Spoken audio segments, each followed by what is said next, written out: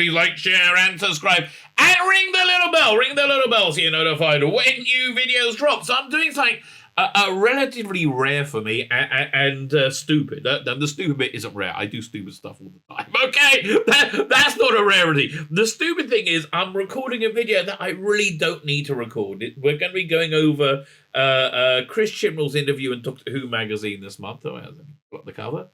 Doink. This truly remarkable issue of Doctor Who magazine, which I wholeheartedly recommend to all of you. I really genuinely do. We're going to be going over that article. So you might say, Tzvi, you know, this is kind of normal for your channel. What's weird or stupid about it? I mean, other than beating a dead horse. Well, I've already recorded this video. I did this video during I went over this interview, which is long, right? Long on during a live stream on Sunday. I guess it'll be May 1st, probably around there. And I really wasn't feeling well at the time. In fact, I cut the stream short at the end. And so I don't really feel it had my full vim and vigor in it. But yeah, it was mostly there. But no, because I love you. I love you, faithful viewer. I am recording it because I really think we should have this be quite a groundbreaking piece, because it really is. I honestly, we've all looked at each other, metaphorically over the last few years and go, how? Like what? Like how? Just how did this happen? I mean, we don't understand. I can't even formulate the questions. It's just so much fun. Especially now, I'm doing like these deep dive reviews into season 11, and it's just so bad. I don't understand how any professional person went, oh yeah, that's okay, that's gonna go. Although we see this incredible lack of professionalism and ability going through the entirety of culture. I mean, everything I see. People in politics. I mean, there's nothing new yet there, but I think it's been supercharged in the last few years. You basically have a choice of incompetent morons who are feathering their own nets, or evil incompetent morons who are feathering their own nets. And that's essentially all you have. But in the entertainment industry, it's unbelievable to me that the things I pay attention to, which is essentially writing, because that's something I like and that's something I'm interested in, yet how insanely bad it is, how insanely poor it is, how it is not of a professional standard. So, you got to ask yourself, how did this happen, with the stakes being this high, with you get millions and millions and millions of dollars in an international franchise? How on earth could it go so wrong? And then you look at the Biden White House or even the Boris Johnson number 10, right? Number 10. It's great that they're on different political parties, but they're equally stupid. I think Biden's a bit worse, quite frankly. But they're just. I mean, you look at them and you go, how? Just how? I mean, this isn't running a TV show. This is actual real life. They're genuinely pushing for war, direct war with Russia. I mean, I think both of them are. It's insane. Russia's got nuclear missiles, right? And they said, we are going to use nuclear missiles, right?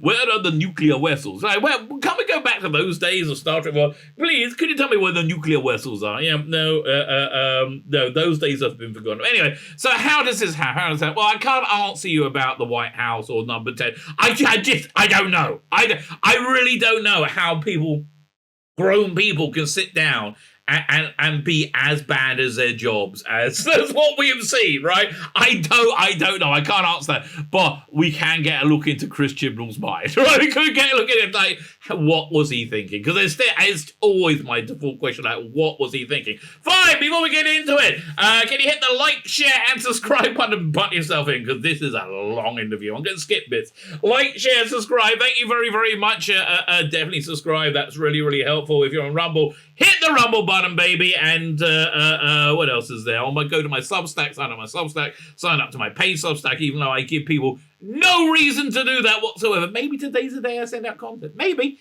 I don't know. Actually, I'm very, very optimistic it is. I'll tell you why. Because last week, I told you, I did this stream last week when I went over this interview, and that's when I first started not feeling good. I just need to take some time off this week. I really genuinely did. So, and this is how freaking crazy I am, okay? Every day I'd say, let's take half the day off, because I'm doing this like daily series of videos that I really want to do on a daily basis, right? So I said, let's just take half the day off. I never managed it, okay? The earliest I finished was like 2 or 3, right? That's the absolute earliest I ever managed to finish. And even then, when I like forced myself to sit down and relax, I kept going, I kept screaming at myself, see, you need to take, I was a bit ropey. I wasn't feeling so great, right? I really needed a breather. And I'm feeling much better now. Like last week, I really forced myself to, and I'm kind of like looking forward to getting back on the grindstone. Look, I'm one of those weirdos who likes to be on the grindstone. I did call me nuts. What can you do? But anyway, so I am optimistic. I am feeling well rested, and I'm hoping I can get. But basically, the reason I took the time off is that my productivity was in the toilet. So hopefully this rest will have made it so I can get some more stuff done, right? That's the hope. Maybe not. I guess we're gonna find out. Anyway, like, share, subscribe, comment, Substack, all those things are Fandom Double Dozy. Fandom Double Dozy. As is this issue of Doctor Who magazine. Really.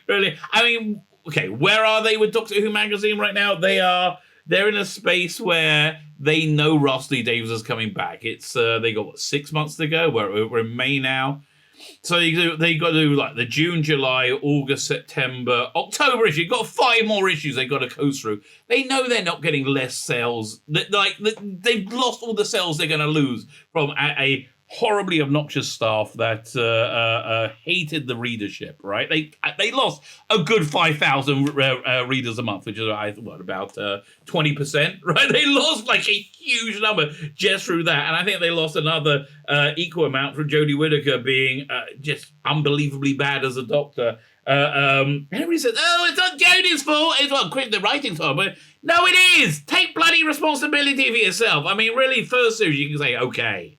But it's even second series, they didn't realize how bad the first series was. Okay, but the third series, it's just, come on. It's just not very good. It's not very good. Anyway, Doctor Who has to be about doing things. She doesn't do a bloody thing, right? I mean, this version of Doctor Who does not do a bloody thing, right? And I can't mention this on the channel because every time I do videos about Blue Box Files, which I'm doing that podcast. Every time I do a video about it, I get a YouTube strike or a community strike, or the video gets taken down. I think they're being stunning and brave, and they're monitoring any talk about this really boring podcast they're doing. It's really like a basic story that they're doing, which isn't very, very good at all. I mean, it's not terrible, but it's more about being the identity that I will not name because I'm going to get in trouble if I do, right? It's absolutely terrible. So I can't talk about that, although I would be. We're going to talk about this, but that's really, all they got right now. This is why they're banging on it so hard. That's why they're doing thousands so hard. Setting the story straight. Well, here's the first thing, Chris.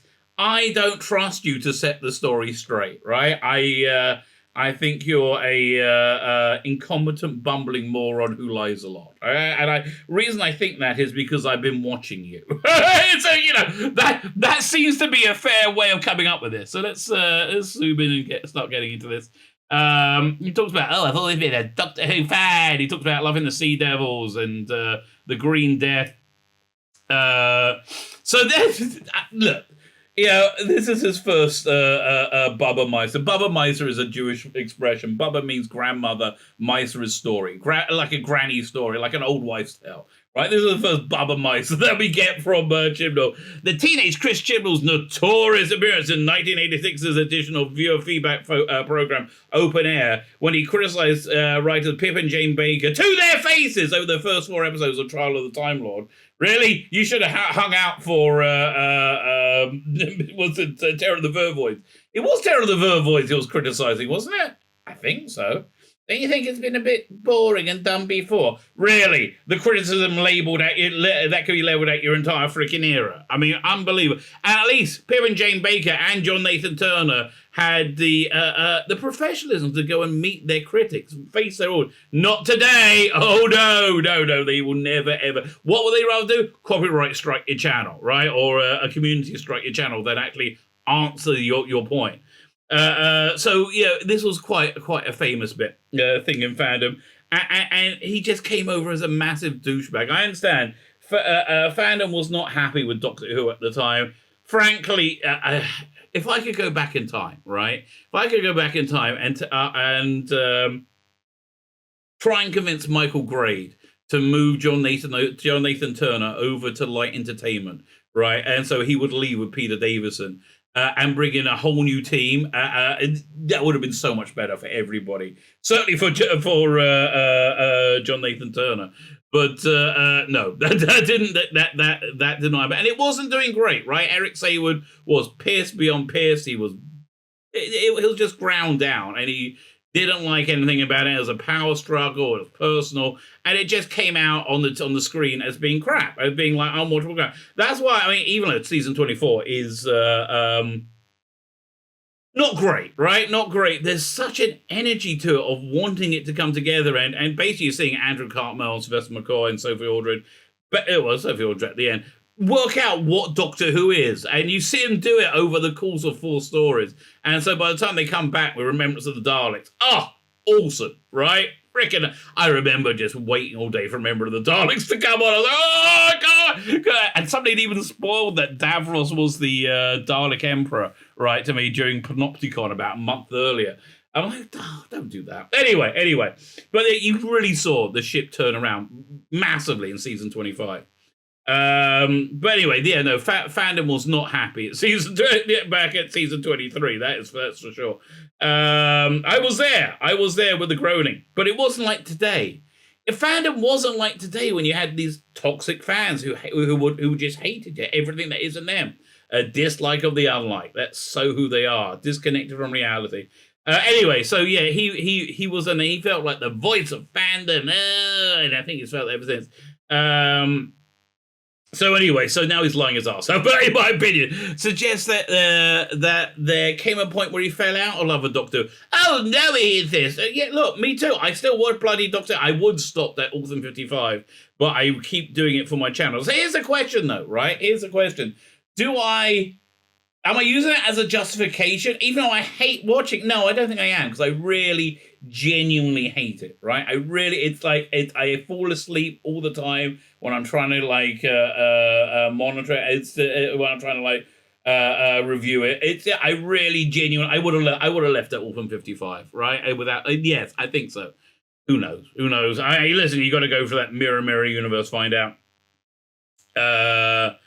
There's a clip on YouTube there's a clip on YouTube Emmy watches. It might suggest that I was cross about everything in Doctor Who. Yes, you were, and you were being a dick about it. But no, it was just that particular story. You are a liar! Okay? You're lying! It wasn't that particular story. It was a direction of Doctor Who in general. You are a liar, right? I think you're a liar, in my opinion. Well, this is my opinion. Also, I was a grumpy, mouthy, opinionated 16-year-old who got that I believe, right? But you're still that. Okay, you might be nicer to interact with, but you're still that. Look again, look what you've done. So he says he got called up on Sunday night. He got called up on Sunday night by someone saying, "Do you want to go on the telly tomorrow?" And I didn't prepare anything. I think you're lying, right? I think you are lying, right? That is a lie. I didn't prepare anything. It's hilarious. And then to think that you end up in that job. Yeah, really? No, it was you grandstanding. Please, don't take a shit on my porch and tell me that it's chocolate.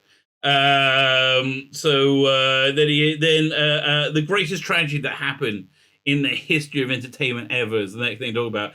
Chris's first short play was produced just 2 years later. Oh, bad. It was all down here from there, right? Fine, but blah, blah, blah. Talks about he did 8 episodes and he's showran Torchwood. Weirdly enough, I like the second season of Torchwood, right?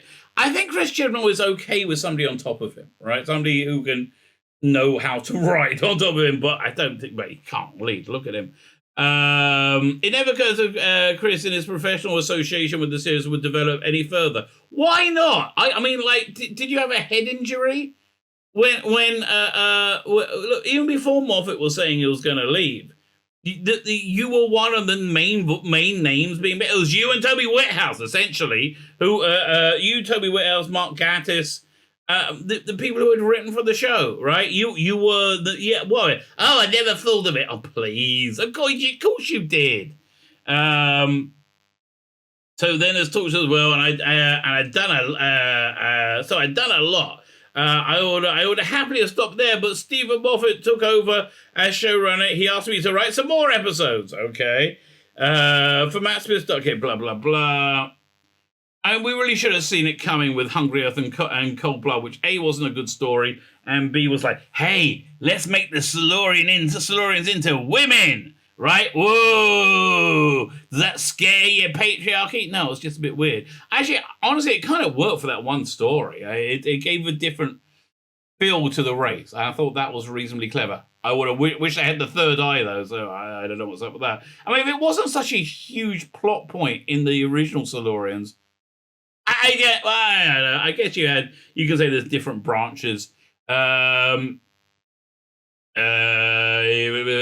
Chris explained, I was supposed to write a script for the second season of Matt Smith and then the first season of the Capaldi as well, explains Chris. But it didn't work out with diaries, and you have to make choices. Are you going to do episodes of somebody else's show, or are you going to do your own thing?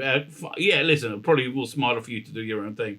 But Stephen was great, really supportive. He was really a lovely to work with as a showrunner. Okay, from 2013, Chris was preoccupied with his latest creation, The Harrowing Murder. Okay, we're going to be talking about what's it called again?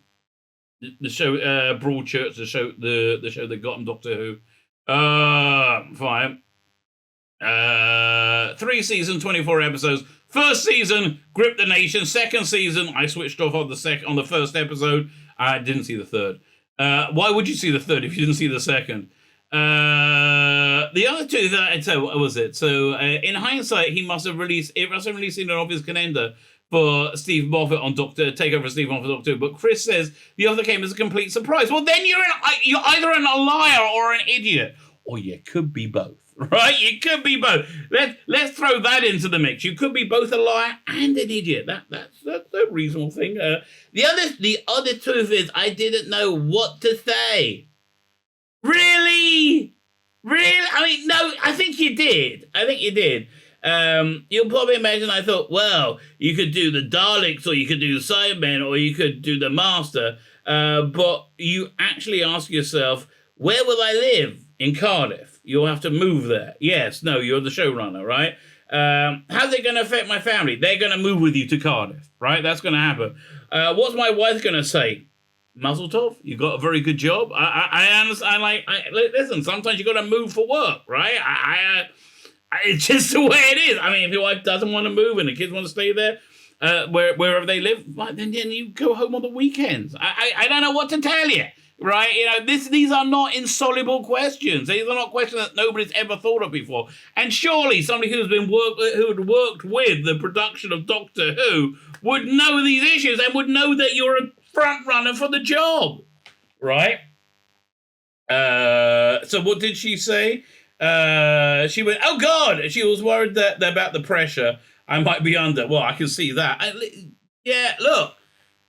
Your wife generally speaking, my wife knows me very well. My wife knows me better than I know myself in a lot of ways, right? It's always a mistake when I mean, she's not always right, but it's always a mistake when I don't listen to her take on things. And it really is. It generally is. She knew it as well. She knew that the pressure will probably be too much. Who was it? Philip Hinchcliffe says it's the show that finds you out.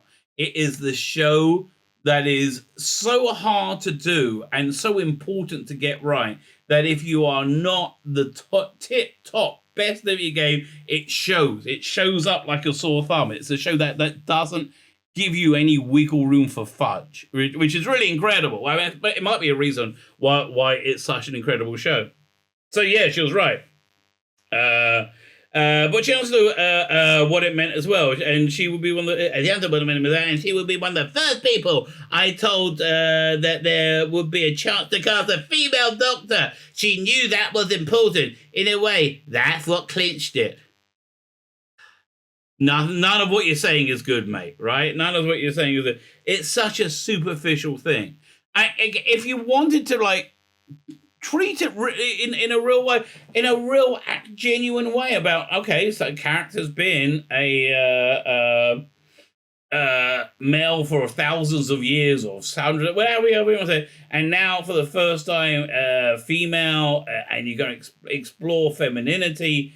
And you know, I'm up for feminine sci-fi drama. It could have bloody worked. It could have worked, but it didn't. Right? It's such a shame, but it really, genuinely didn't.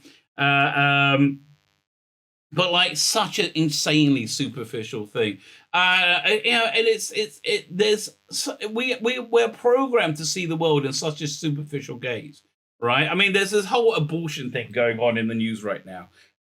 Somebody leaked the Supreme Court's ponderings of if they're going to overrule a ruling from the late 60s called Roe v. Wade, which was the legal underpinnings that allowed abortion to become available throughout the US, right?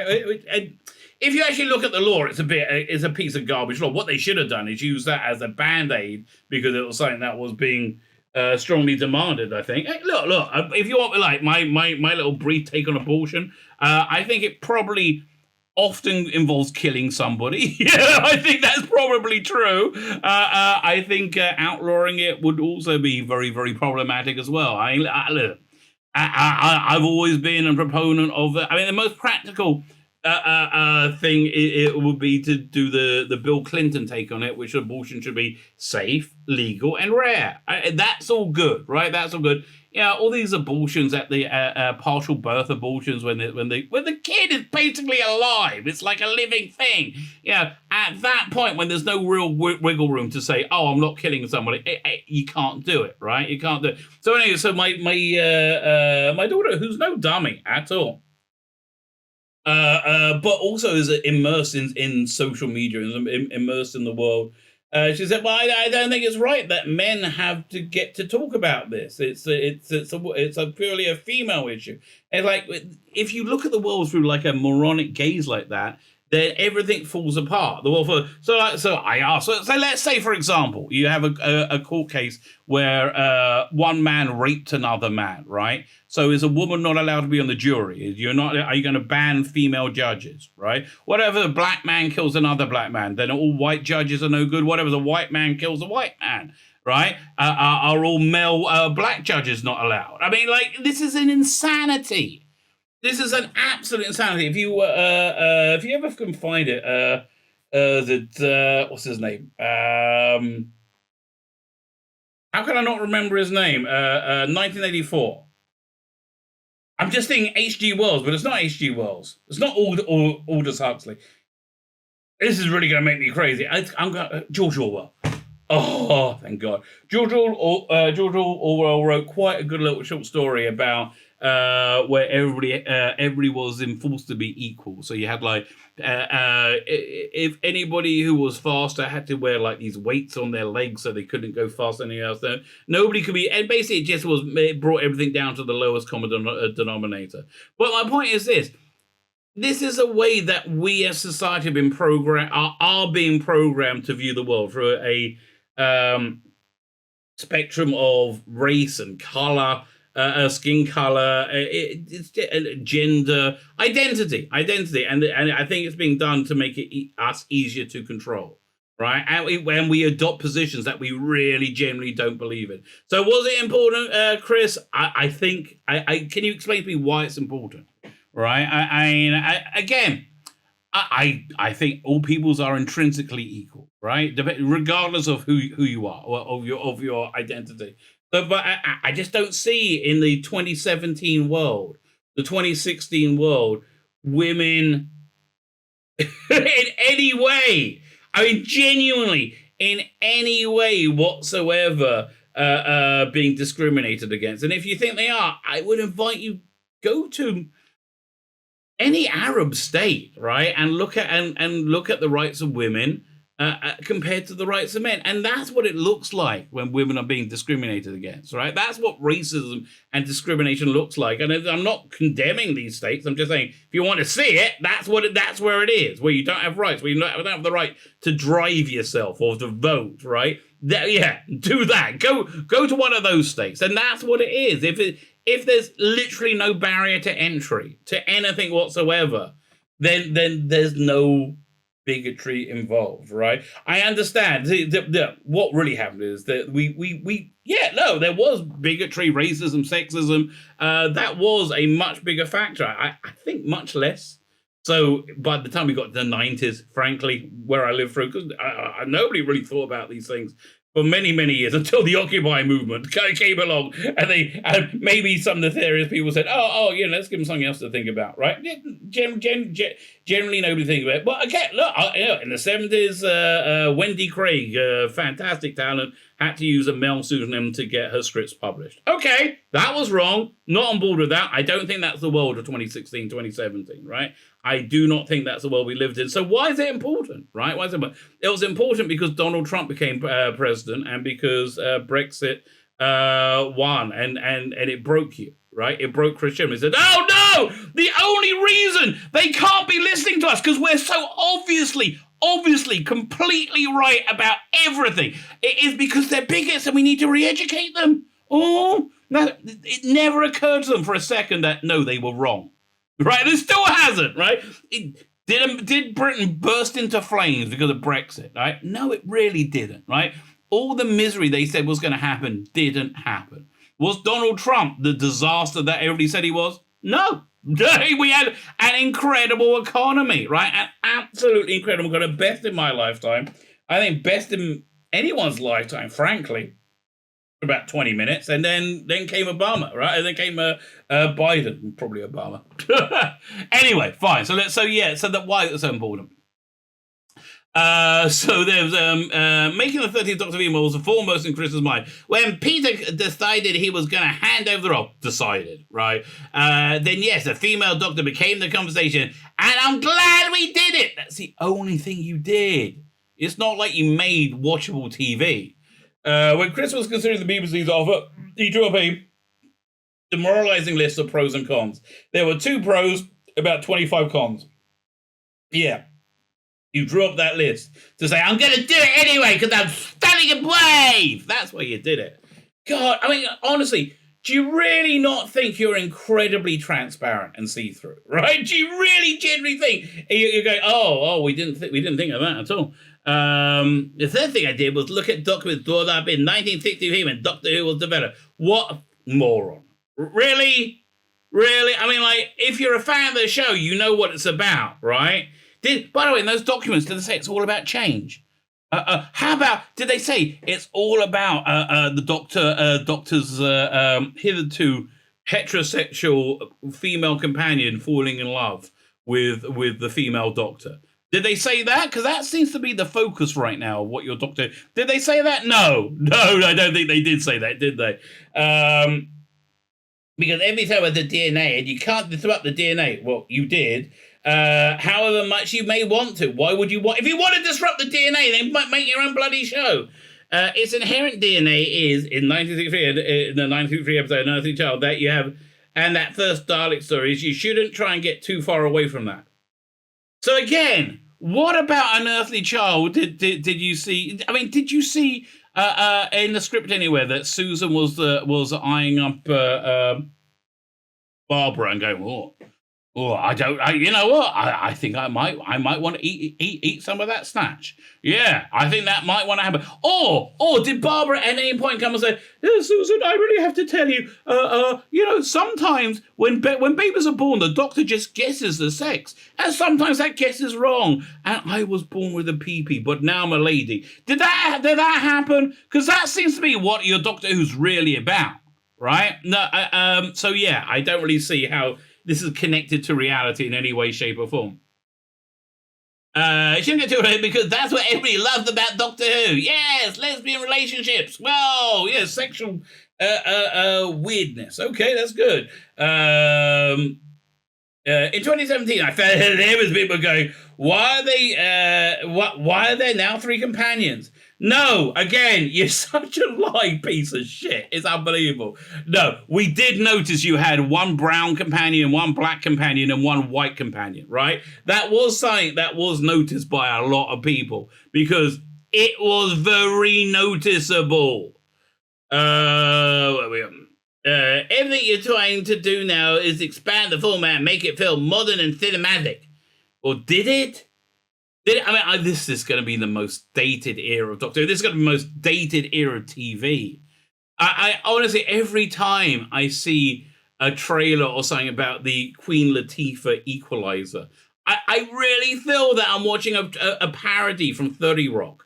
I mean, it's so stupid. It's beyond belief. Could it be that the man who seemingly turned Doctor Who on his head was actually something of the traditionalist? Chris Wells. Yes, completely. I absolutely am a traditionalist because I went back to the original. I hope I expand the mythology without breaking it. Why? Again, when you're looking in the tattered remains of what was Doctor Who, right? Why would you think you didn't break it? Why would you hope that? You didn't have anybody to hand over to.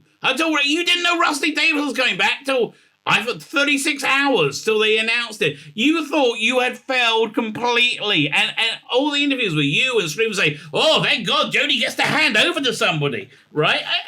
Why is it you think you didn't fail, right? Oh, God.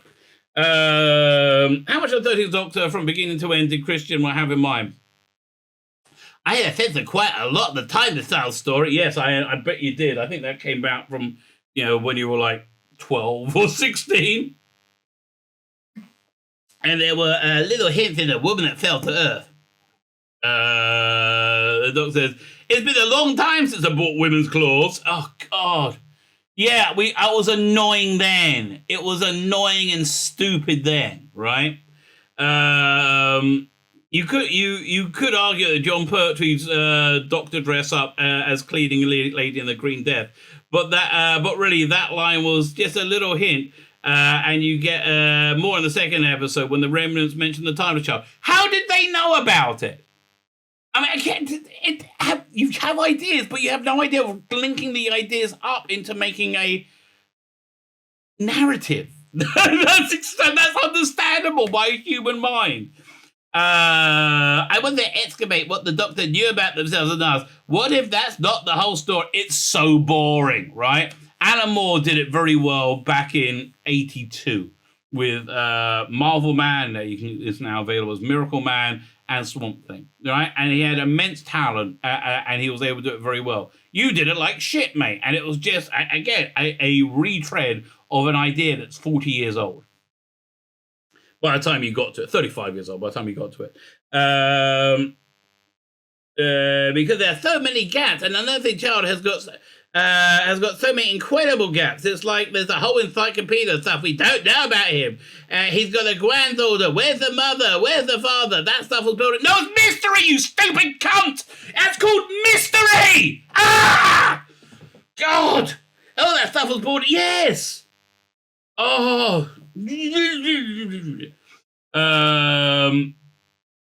Where are we? Chris Coss and I down the list of episodes we produced. It's a 3-volume story. We have bland, we have obnoxious, and we have nonsensical shit. We're on the nonsensical shit bit now. Did you like the bland and obnoxious parts? Not really, no, Chris, I didn't. So it's a 3-volume. Sorry, they've introduced. The first one is introducing the Doctor. Okay. Second volume. And so what do we get? I'm at the end of season 11 right now. My deep dive review. What do we get? We had somebody with no agency whatsoever who makes mistakes a lot and doesn't know what's going on. Okay, so you defined who the Doctor is. A conformist moron who's a bus driver, essentially. Was that in the 1963 documents? I don't think so. Second volume after, could there be more to life than you know? Yes, the third volume is discovering the truth about that and where that leaves her. Oh God, where's that leave Doctor Who? In complete bloody disarray is where it leaves Doctor Who. Complete bloody disarray. Showrunning corridor with it. Here's one of the few people qualified to talk about the difference in contributing. I can't be bothered. I'm not reading the box outs. It's all tied to casting a woman to play the Doctor. We know! Okay, we know! That was your only idea, and it wasn't an original idea. The thing I wanted to know was the sense that we are locked in, fixed myth. What the thing that makes people like it and watch it. And that only stuff that counts has been on screen so far. Okay, no. Okay, you could have areas of mystery, right? You can have things where Big Finish put stuff in all the time. Books put fill in stuff all the time. But once you put it on screen, it gets codified, and there's less mystery and less wiggle room, right? And it's more boring, which I think I'm explaining your era, aren't I? Right. I want to dispel the sense that there was a locked in fixed myth. God, really. Again, what part of that sentence in any way gels with "you don't want to go too far from the DNA of the show"? I mean, do you not get their contradictory statements? I wanted to feel like a bigger story could get much bigger than this, like the hugest story ever. No, the reason you couldn't tell the story of Doctor Who is because you can't tell stories because you're a useless bloody hack. All I wanted to do was expand the on-screen universe and create the sense you could have as many Doctors as you wanted. You lying piece of shit. Okay, you wanted to create a sense that the Doctor wasn't white and male, and that was it. That was your centrality of thinking. And also by saying you have infinite Doctors, which is essentially what you have now, the Doctors become boring. How do you make the Doctor Who boring? Unbelievable. I mean, even in the worst Doctor Who before this, the character hasn't been a dull snooze fest. You can tell stories on a much bigger canvas if you're not worrying about how many Doctors there are. Okay, well, here's the thing. Why didn't you learn how to tell stories first, right? You're getting rid of any boundary because you can't work within boundaries because you're a moron. Useless bloody hack.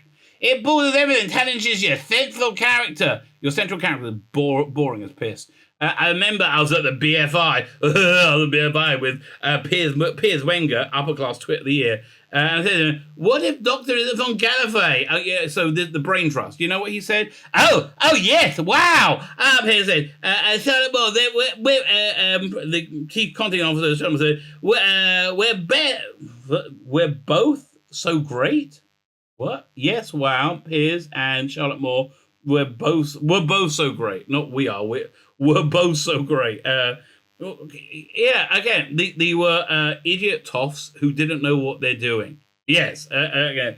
Fine. So why do you think, given that wholesale failure in their jobs, that their opinion in any way has any matters? I don't understand.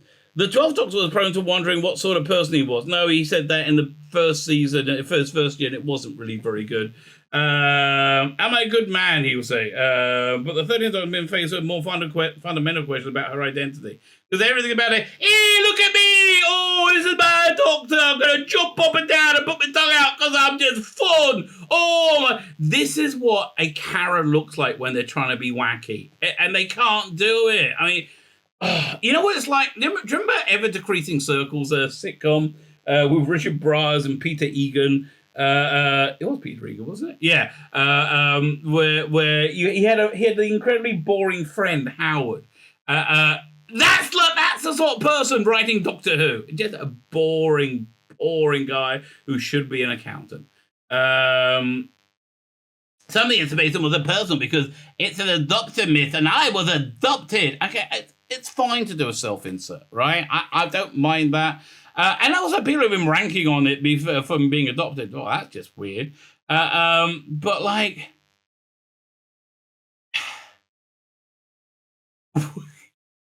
just because you're adopted. You could have done with like the feelings of of finding yourself. I mean, I look, I'm not adopted, right? I don't have any adopted kids, but I imagine, you know,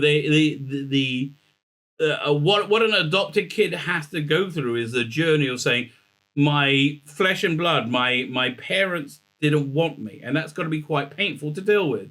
And then I think through the other end of that, you come out and say, but I have my real parents who did want me, and they love me so much more. Right? Again, I'm just imagining what it would be like, right? So, you know, you could have done that with Gallifrey. Like, you found out that Gallifrey didn't want the Doctor, right? Didn't want the Doctor, and then. But again, listen, I'm a guy who likes to write, who isn't a brainless hack, so that's why it's working out better, I guess. But that you could have really done that about why she left Gallifrey. It could be you could have treated Gallifrey like you know the adopted kid's birth parent. There's a weird estrangement there, right? And Earth or Unit or whatever the family is. As their adoptive family, as a fact, yeah, you could have done a lot with that, right? But no. I was just digging deeper into what was already there, making it a personal and emotional story. It's not emotional, it's boring, right? This is why you had to change tracks. It's great. Oh, let's do Thursman! Because it's a flavour of the month. That's all it is. That's all your Doctor Who is, a flavour of the month. And the flavour of the month for the last few years has been a shit sandwich. So, not really surprising. And again, before we move on, if you're not looking at the screen, just look. This is the Doctor. This is the Chris Chibnall, Jodie Whittaker Doctor. An idiot. An absolute idiot. The harder thing to do with Doctor is challenge your lead character. Really? Tom Baker seems they managed it with Tom Baker quite a lot, and John Pertwee, Peter Davison once or twice, William Hartnell, yeah, you often challenge Patrick Troughton, yeah, Colin Baker, Sylvester McCoy, Paul McGann, Chris Eccleston, Matt Smith, Peter Capaldi, David Tennant, all those people, you managed to challenge them, no problem whatsoever. Not so much with Jodie, because she had to be stunning and brave and the best as ever. It's very easy for the Doctor not to be challenged by anything other than an internal, inherent logic problem. Why? But actually, you need to get you need to be doing more than that. And when you've got an actor like Jodie Whittaker, who is frankly awful, right? Frankly unwatchable in this role, playing the Doctor, you can you want her to be everything, playing every note the character of the every note that she can. She is. Exactly. I think everyone takes different things from Doctor Who.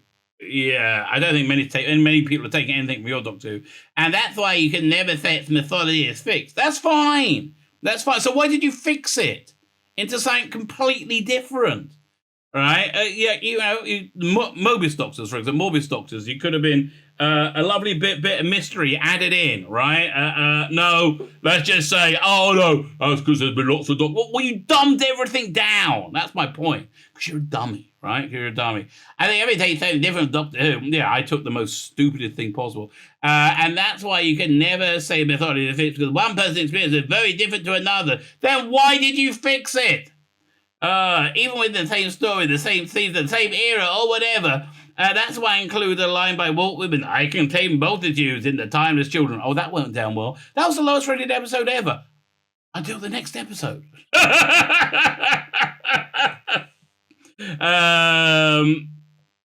Right, maybe the Doctor, I believe about the show. What do you believe about the show? See, now I remember why I didn't want to redo this, because it's I'm forcing myself to get through it.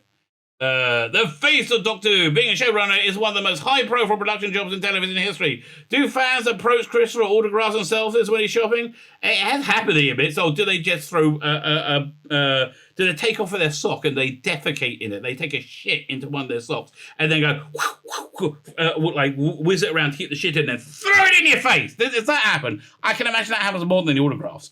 Don't do that, kids. Once I was in Forbidden Planet with my kids. Look, he always uses his kids as a shield. Look at Harry Potter. Somebody came in and said, "Can you wait there while I get my friend?" And she'll want to have a photo taken with you. To be honest with you, I had more of it with Broadchurch. Really, Broadchurch had much less of a lasting appeal than Doctor Who, didn't it? Why do you think you're not getting it so much in Doctor Who? There was a time in Broadchurch where I had to go on quite a few TV programs, which I really didn't like. Yeah, but I think you didn't mind it so much because it was doing well, as opposed to Doctor Who, where you vanished from sight the minute a Woman Who Fell to Earth appeared. Remember, there was no more live interaction then, and it looked like there was going to be so much of it. Why did it stop? Because you did a shit job. That's essentially why. So Chris explains his strategy to a few colleagues: Matt Stevens, Sam Hole, fellow Doctor Who writer Pete McTeague, Piers Wenger, Charlotte Moore, and Joey, of course, here was Phil. She said, does that fit with what's already been on screen? He said, I'm going to make it fit. No, you didn't. I'm going to do it. Yeah, really? That's just a undeserved amount of confidence in that point of view, isn't it? So talk about dusting of Brain and Morbius. Oh, that lovely bit of mystery. Let's nail that down to make it boring. Oh, that's a good idea. Had the Brain and Morbius prompted the idea for Time Machine? No, but when I was doing that episode, I remember when Morbius regretted the Doctor, and he says, like, how many lives have you lived? Yeah, please. You know that you were just using it as justification. I went back to the documents of 1963, and it said they had 3 companions, so I have 3 companions, and there's no difference whatsoever. What about the lesbian romance that your series revolves around? Oh, that was in the DNA of the show. Really? Okay, fine.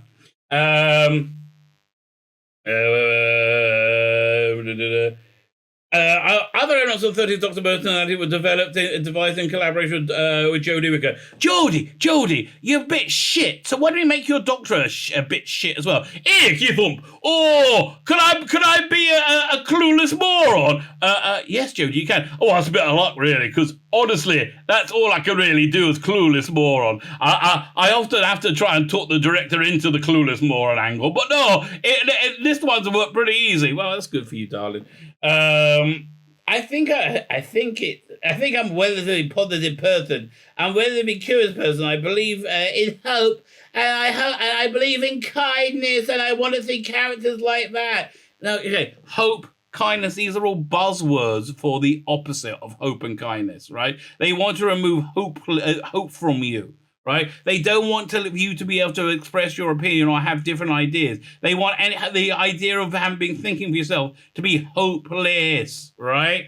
The kind, right? Kind to we're going to be kind to a teeny tiny fragment of society, which will be, in turn, be extremely unkind to a much larger segment of society. Oh, look, let's get these children onto puberty blockers. That's just going to be kind, isn't it? That's not going to have any bad consequences whatsoever. I'm really curious. What happens when we do gender reassignment surgery on master children? Oh, I bet it was going to work out well. God, I hate these people. I want to see that in characters.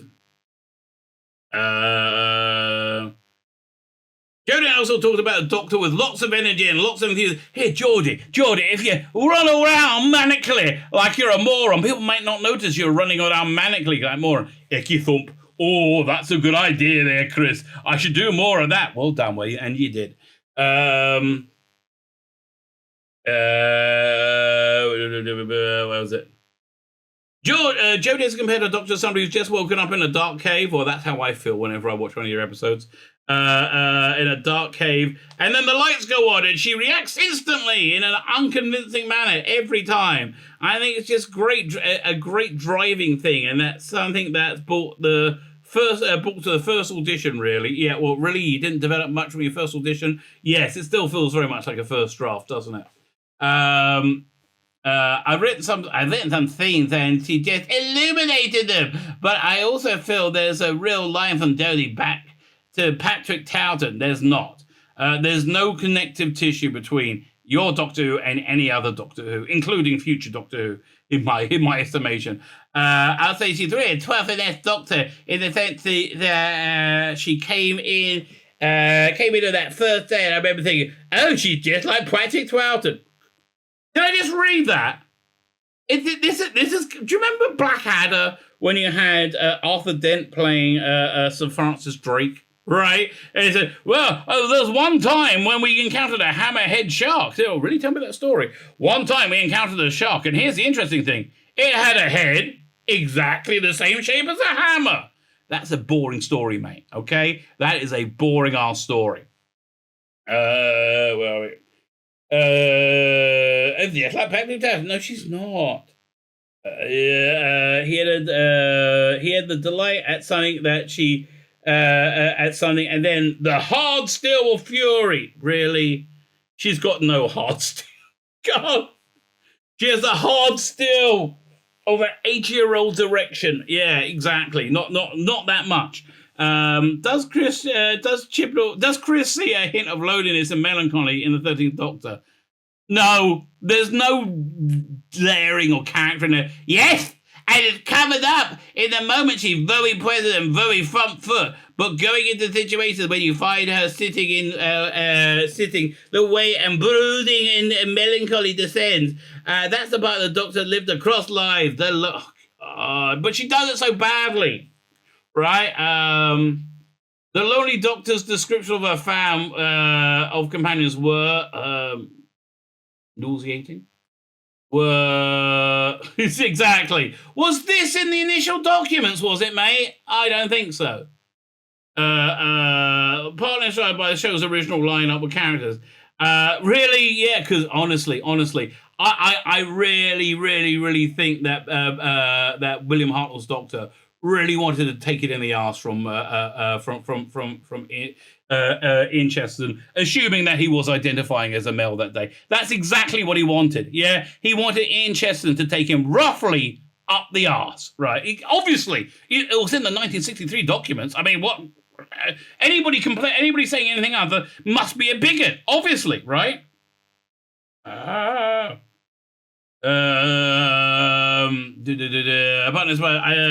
think it goes back to William Hartnell's Doctor, who's travelling with a family. Initially, his granddaughter, and then he constructs a family around that. The Doctor's fam was Susan, Ian, and Barbara, and he wanted to have sex with all of them all the time. Oh, no, he didn't. I describe that as the yearning to belong to someone who can't belong. They went back to the structure of the show, back to his DNA.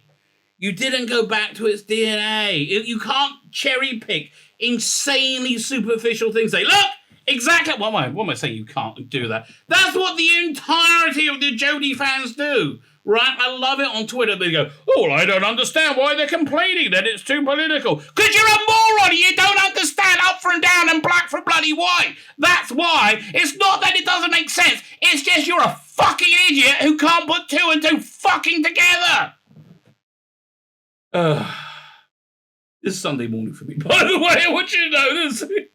This is how I'm spending my Sunday morning. By Crystal Trap the last 5 years, Matt Stevens! What's Matt's best idea during the time?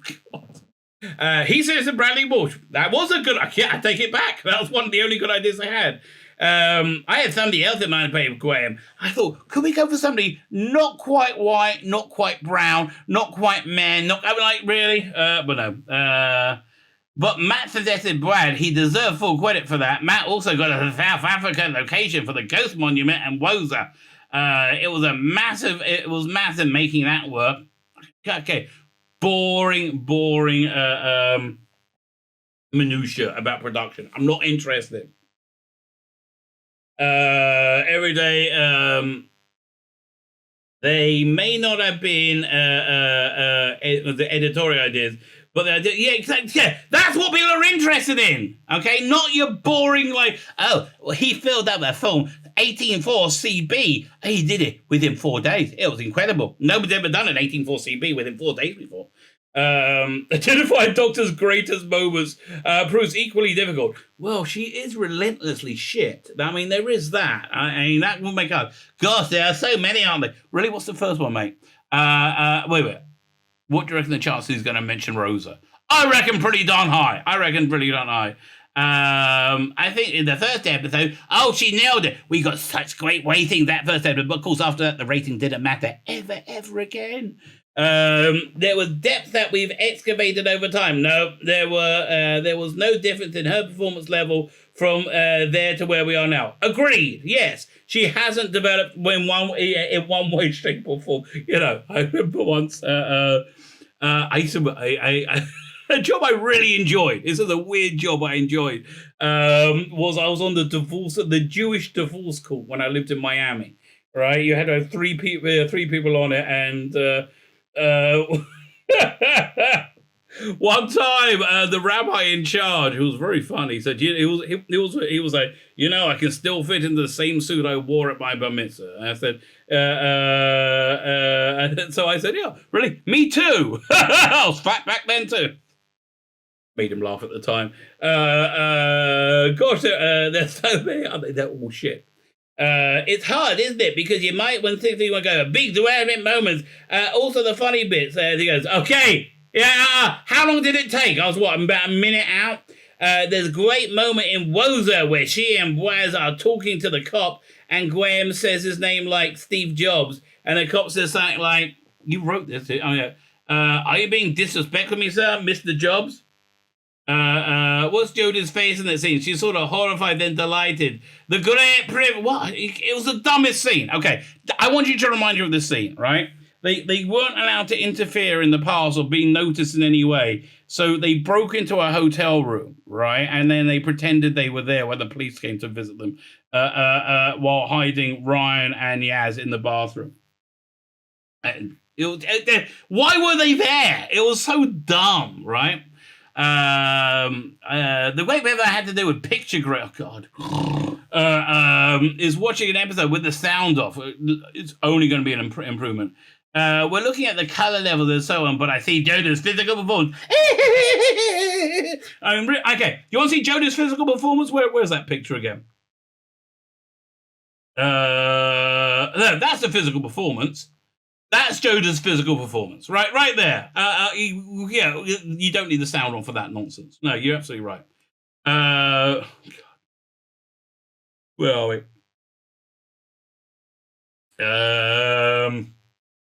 Sound off. What's Doctor Who with the sound off? He does an incredible tweet that you probably haven't noticed before. You still get the story, you still get the Doctor, you get everything apart from a watchable episode of Doctor Who, or a believable character, or entertainment, or enjoyment, or happiness, or any will not to commit suicide. No, none of that. You don't get any. You get all those things apart from those things. Another great thing about Jodie is you can bring in any actor to play opposite her, and she's incredible. Yeah, listen, you had her face off against Lenny Henry, and he seemed the acting giant compared to her, right? It's just, okay. Jodie in Saturday One acted her off the screen in the time show. Jodie and Barbara Flynn acted her off the screen effortlessly, right? Effortlessly. Thank you. In Survival of the Flux. I mean, Barbara's an absolute legend, worldly in acting, and Jodie absolutely matches. No, she doesn't. Well, you saying it doesn't make it real. It's so weird, isn't it? I mean, it really is bizarre. We've given Jodie some difficult things to do, tying her shoelaces. She hasn't managed that yet. Jodie, can you run convincingly? Is that difficult? Oh yeah, that's too difficult for you.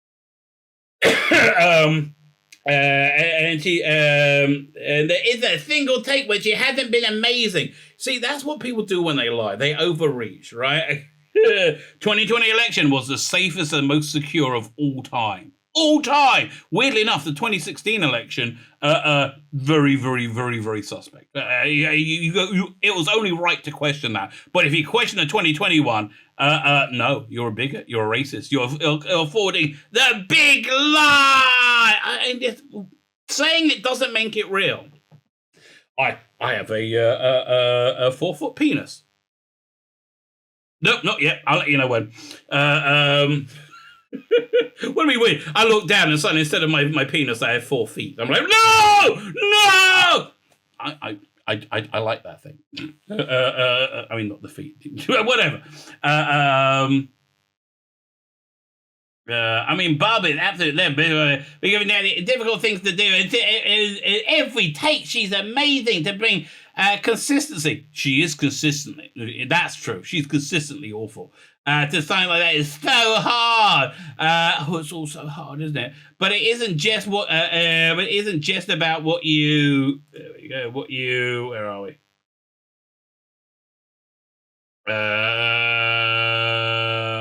What you see on screen. Well, it kind of is. We were making Flux under COVID. I don't give a shit about how hard it was. Although I have to tell you, Flux was the best looking episode you got. But stop bagging on about how hard your fucking job is. Go down a bloody mine and complain. Piece of shit. Or do some manual labor. Okay, how about that? Or do something that isn't generally reviled by the entire world. That's an idea. Go out for a year because she was in a bubble, isolating with Mandip Gill. That's the worst thing you want to do. They put the rest of her lives on hold. Thanks for that. All the sacrifice that everybody on there. I don't give a shit. Did you get paid? Then shut up. Oh God. Oh, it sacrificed so much to make dog. Did you get paid? Then I don't give a shit. Okay. Chris's own experiences on the show have left him with some fond memories. Yeah, that time when everybody said, "Oh, Chris, you are shit." They were so funny. They must have all been joking. No, mate, we're telling you the truth. The best moment is pretty much every day's wasses. A good day's wasses of Doctor Who is better than a good day's wasses anywhere else. So boring. Oh, boring minutiae. There's so many great moments day to day, making the show as a daily high, so why do you always complain about it, right?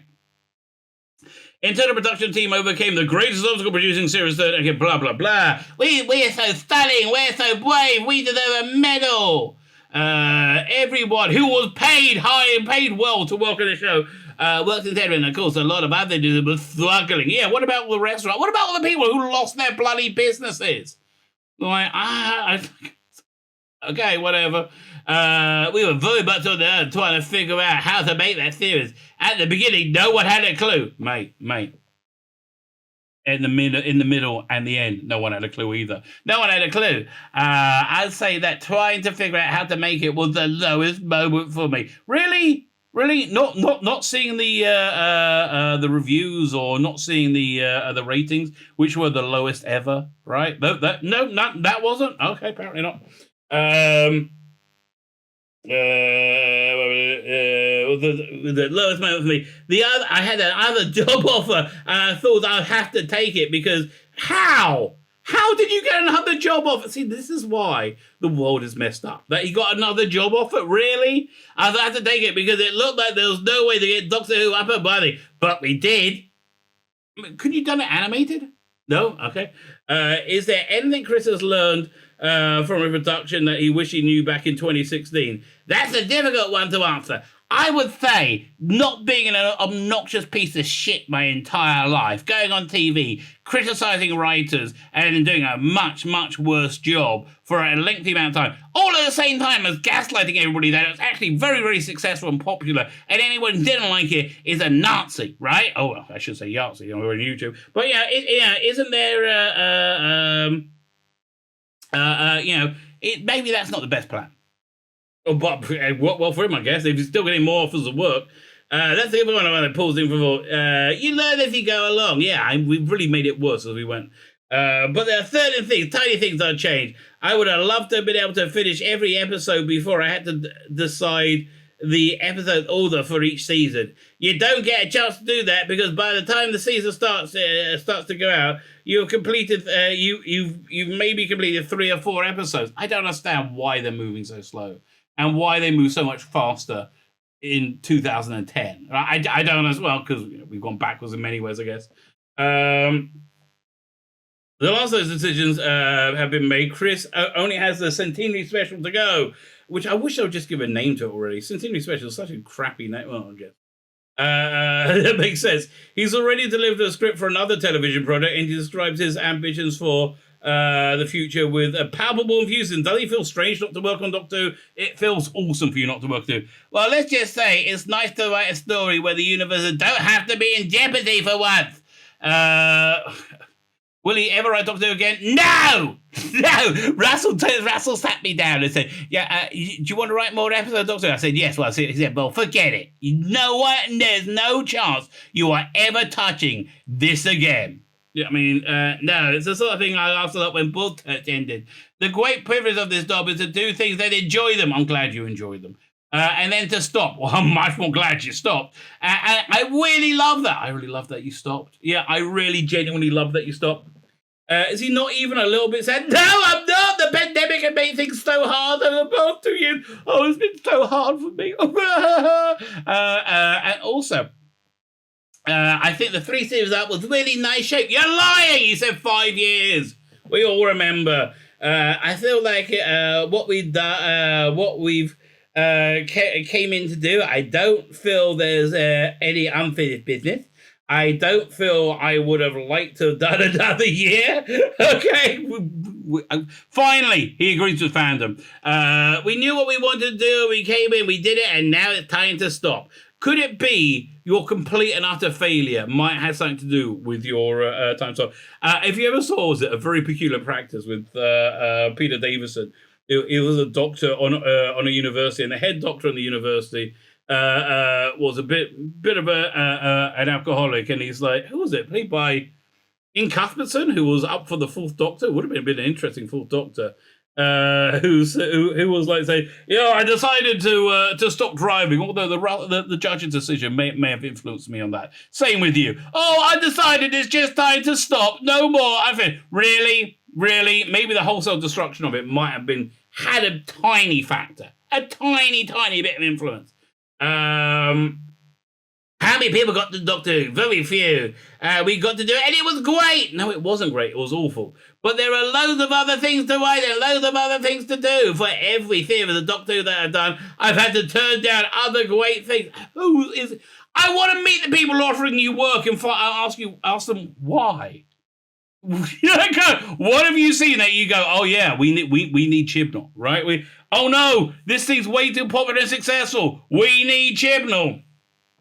It was great doing Doctor Who, and it's great not doing it. Handing on to the next person. The next person is going as I walk out the door. You weren't though, were you? You had nobody to give it to as you were finishing up your production. That's the important thing, really. That's the really only important thing, and it's got nothing to do with you that it's continuing, and by the skin of your bloody teeth, mate. By the skin of your freaking teeth. So there you go. An hour, what was it? 8 minutes or so. I think it's an hour, 8 minutes well spent.